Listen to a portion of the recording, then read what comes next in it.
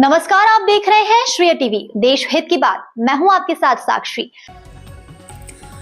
जबलपुर में कृषि मंथन 2026 का आयोजन, मुख्यमंत्री ने की किसानों के लिए बड़ी घोषणाएं।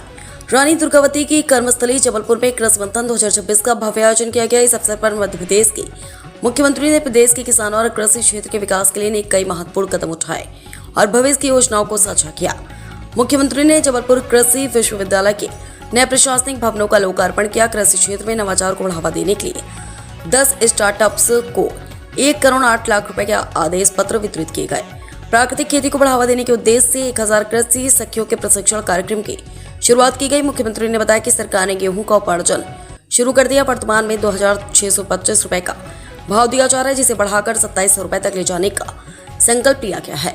नरसिंहपुर में गन्ने की एक नई यूनिट का शुभारंभ किया गया, जिससे क्षेत्रीय किसानों को लाभ होगा। मुख्यमंत्री ने कार्यक्रम के दौरान कृषि प्रदर्शन का अवलोकन किया और वैज्ञानिकों द्वारा विकसित की गई फसलों की नई किस्मों की सराहना की। काले और पीले आलू, सफेद टमाटर और पीला तरबूज जैसी विविधताओं ने सबका ध्यान खींचा। उन्होंने बेर के जूस जैसे नए उत्पादों का स्वाद लिया और वैज्ञानिकों व युवाओं द्वारा किए जा रहे इन प्रयोगों को कृषि के भविष्य के लिए सुखद बताया। हमारी सरकार कृषि कल्याण और नवीन पद्धतियों के बलबूते फसल विविधीकरण को बढ़ावा दे रही है। मध्य प्रदेश आज देश में गेहूं उत्पादन में अग्रणी राज्यों में से एक है और हम किसानों की आय बढ़ाने के लिए प्रतिबद्ध है। डॉक्टर मोहन यादव, मुख्यमंत्री ने क्या कहा, सुनते हैं। जबलपुर से श्रेय टीवी रिपोर्टर बीएल राजा। छोटा सा किसान कल्याण वर्ष के कई सारे कार्यक्रम किसानों की कृषि में समृद्धि आए।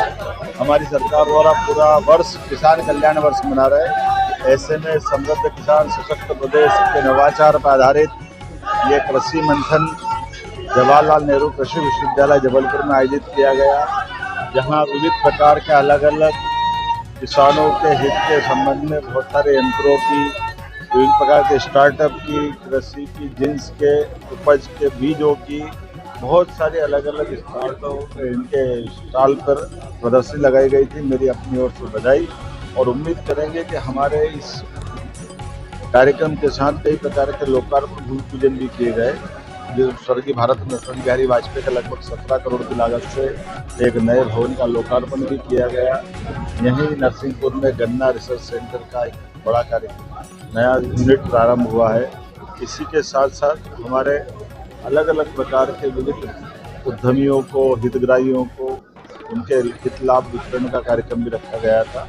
पूरे वर्ष हमारे इन सारे कार्यक्रमों से कृषि कल्याण की जो हमारी मनोभावना है, उस पर हम काम कर रहे हैं। और खासकर ये तो कृषि सब्जेक्ट का विश्वविद्यालय है। एग्रीकल्चर में सभी प्रकार के नवाचार, नई तकनीक, देश के साथ विदेश के भी कई विद्वान आए हुए हैं, वो सब अपने अनुभव शेयर करेंगे और उम्मीद करेंगे इन सबके माध्यम से किसानों की आय बढ़े, हमारी फसलों का सही उत्पादन मिले, कम पानी में बेहतर फसल हो, बिजली, पानी, खाद सबके अंदर एक समेकित रूप से इस प्रकार का उपज से इतनी आमदनी बढ़े, इन दिशा में लगातार सरकार काम कर रही है।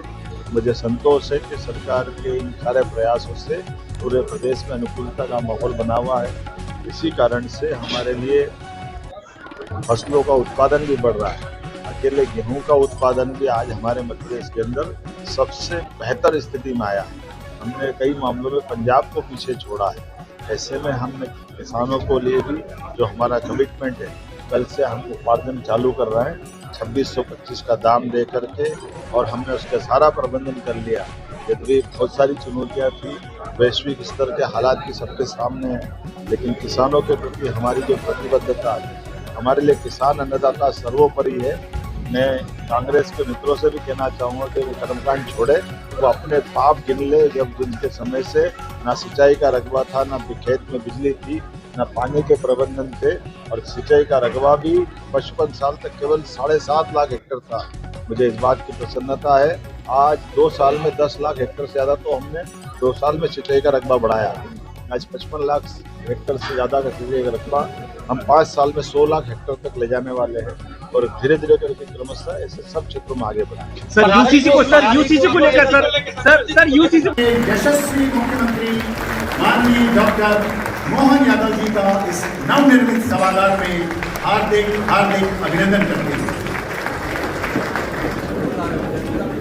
मंचासीन अतिथिगण, सम्मानित अतिथिगण, जनप्रतिनिधिगण, आप सभी से निवेदित है कि आप स्थान ग्रहण करें। साथ ही दर्शक की तपोभूमि संस्कार धानी जबलपुर में स्थापित सन 1964 से अभिषेकित जवाहरलाल नेहरू कृषि विश्वविद्यालय अपने 7 दशकों की यात्रा में पेड़ों पर, गेहूं के कछारों में, धान के कटोरों में और खरीफ के खेतों से सोयाबीन क्रांति के बिगुल बजाते हुए इस विश्वविद्यालय के वैज्ञानिकों ने देश के और प्रदेश के किसानों को विभिन्न प्रजातियों का हरित हार पहनाया है और अपने स्थापना काल से सन 1985 तक अविभाजित मध्य प्रदेश में विश्वविद्यालय होने का गौरव प्राप्त इस विश्वविद्यालय ने कालांतर में 3 पशु चिकित्सा और कृषि विश्वविद्यालयों को जन्म दिया।